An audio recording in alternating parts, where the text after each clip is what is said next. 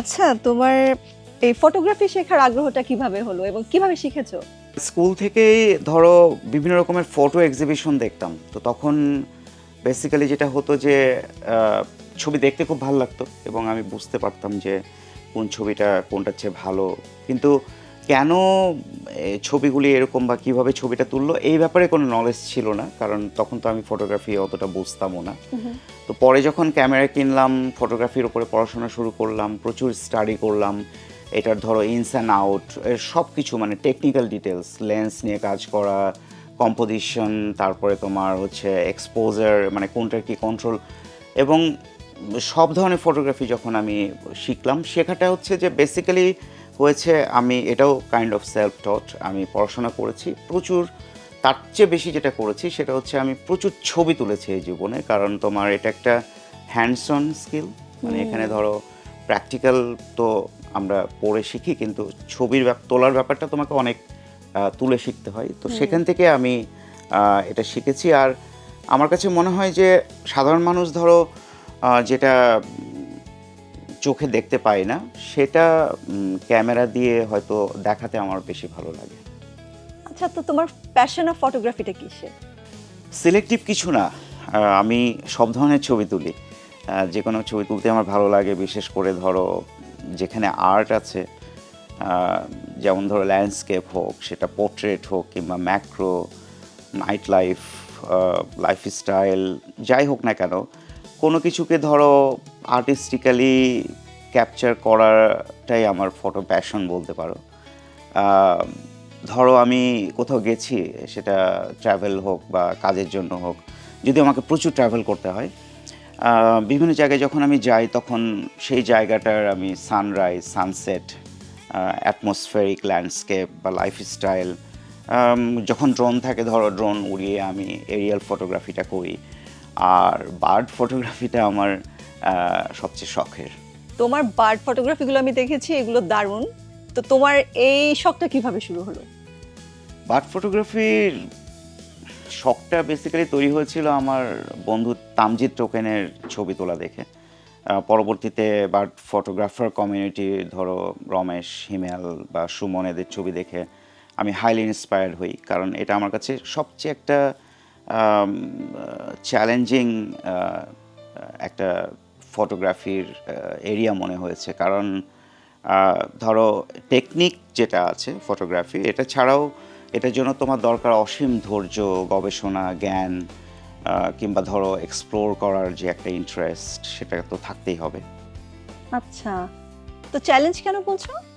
Challenge হচ্ছে বিভিন্ন প্রজাতির বার্ড খুঁজে পাওয়া, কারণ এর জন্য তোমার অনেক ডাটা কালেক্ট করতে হয়, লোকেশন ট্রাভেল করতে হয়, প্লাস হচ্ছে স্পটিং একটা বিগ ফ্যাক্টর। মনে করো তুমি একটা লোকেশনে গেলা, কিন্তু বার্ডটা তুমি খুঁজে পাচ্ছ না, তো সেটা একটা বিগ চ্যালেঞ্জ। আবার ধরো তুমি লোকেশনে গেছো, বার্ড খুঁজে পেয়েছো, কিন্তু এত উইন্ডি যে বার্ড তোমার সামনে আসছে না। আর এমনও হতে পারে যে ধরো তোমার কাছে লঙ্গার লেন্স আছে 600 মিলিমিটার কিংবা 800 মিলিমিটার, তারপরেও তুমি মানে বার্ডটাকে রিচ করতে পারছো না। এর বাইরে ক্যামোফ্লেজিং একটা খুব বড় চ্যালেঞ্জ। যে কোনো পরিবেশে গিয়ে তোমাকে একটু ক্যামোফ্লেজিং হতে হয়, হয়তো তুমি মাটিতে শুয়ে হোক কিংবা গাছের আড়ালে তুমি লুকিয়ে হোক, এবং ধরো পিঁপড়া কামড়াচ্ছে কিংবা ইনসেক্ট আসছে, সে মানে এখানে অনেক অনেক ধৈর্য অ্যান্ড চ্যালেঞ্জ দরকার। আচ্ছা, বুঝলাম এবার। সত্যি তো আসলে এত প্রজাতি খুঁজে পাওয়া তো কঠিন। তো এখন পর্যন্ত কতগুলো লাইফার স্পট করেছো? সিডনিতে তোমার 350-এর উপরে প্রজাতি আছে। হ্যাঁ, তো আমি তার মধ্যে আমার 75 ক্লিন শটস আছে, এবং তার মধ্যে সবচেয়ে এন্ডেঞ্জার্ড বা রিজেন্ট হানি ইটার, সেটারও আমার ছবি আছে। এর বাইরে বাংলাদেশে আমার প্রায় 55টা মতো ক্লিন শটস আছে, এবং কিছু ওয়াইল্ড লাইফও আছে। আচ্ছা, তো এই যে এত জায়গায় ছবি তুলতে গিয়েছো, তো এগুলোর ভিতরে মানে তোমার কোনো মেমোরেবল এক্সপিরিয়েন্স নেই? ধরো সবসময় তোমার ভুলতে পারো না। মেমোরেবল এক্সপিরিয়েন্স এত বেশি, মানে এটা বলতে গেলে তোমার সারাদিন ধরে শুনতে হবে। হ্যাঁ, তবে একটা ঘটনা আমার খুব মানে আমার মেমোরিতে সারাক্ষণ কাজ করে। সেটা হচ্ছে একবার কমিউনিটিতে আমার একজন ফ্রেন্ড শিহাব, তাকে নিয়ে আমি 500 কিলোমিটার দূরে বার্গো স্টেট ফরেস্টে গিয়েছিলাম, পাইন ফরেস্টের মধ্যে কিছু অ্যাটমসফেরিক ছবি তোলার জন্য।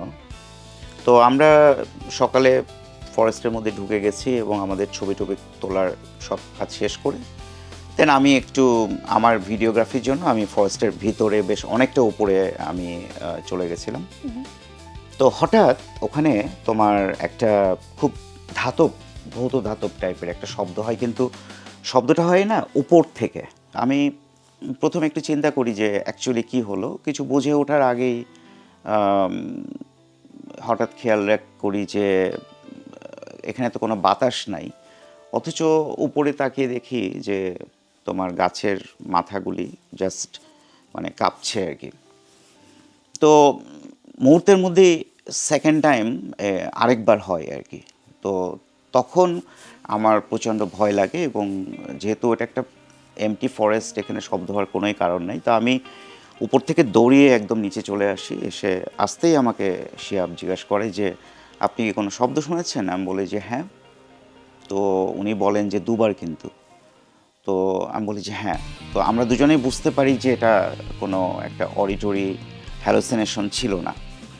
তো তখন আমরা ঠিক কিছু বুঝতে পারছিলাম না যে অ্যাকচুয়ালি কী করা উচিত। তো শিহাব বলল যে we have to leave the place right away. তো আমরা তাড়াতাড়ি যা জিনিস ছিল সব নিয়ে গাড়ির মধ্যে উঠেছি। উঠে গাড়ি স্টার্ট দিব, দেখি গাড়ি স্টার্ট নিচ্ছে না। এবং তখন আমরা যেটা চিন্তা করি যে ঠিক আছে, গাড়িটাকে একটু পুশ করে আমরা মেন রোডে সাইডে নিয়ে আসি যাতে মানুষজন আমরা দেখতে পাই। তো তখন আমরা ওখানে নিয়ে এসে বেশ কিছুক্ষণ বসেছিলাম, আমরা কিচ্ছু করতে পারিনি এবং আমরা ঠিক ব্যাপারটাকে ইন্টারপ্রেট করতে পারিনি। পরবর্তীতে যখন আমরা ফেরত আসছি, আজ পর্যন্ত কিন্তু এটা আমরা ফাইন্ড আউট করতে পারিনি যে এটা কী ছিল বেসিক্যালি। বাহ, এটা তো মারাত্মক একটা অভিজ্ঞতা। দাঁড়াও, এটার আমার একটু নোট নিয়ে রাখতে হবে। এটা মাস্ট তোমার বায়োগ্রাফিতে আসলে অ্যাড করতে হবে। তোমার গল্পগুলো শুনছি, ইন্টারেস্টিং সব গল্প, আরও জানতে ইচ্ছা করছে। কি যে বলো, আমার তো মনে হচ্ছে এখন তোমারই অনেক পেশেন্স লাগবে। একদমই না। চা খাবা? হ্যাঁ, চা খুব ভালো হয় চা খেলে। তাহলে চলো চা খেতে খেতে বাকিটা শুনি। হ্যাঁ, শিওর। আচ্ছা শোনো, মানে কেন জানি মনে হচ্ছে তোমাকে আমি অনেক ঝামেলায় ফেলে দিলাম। আরে দূর,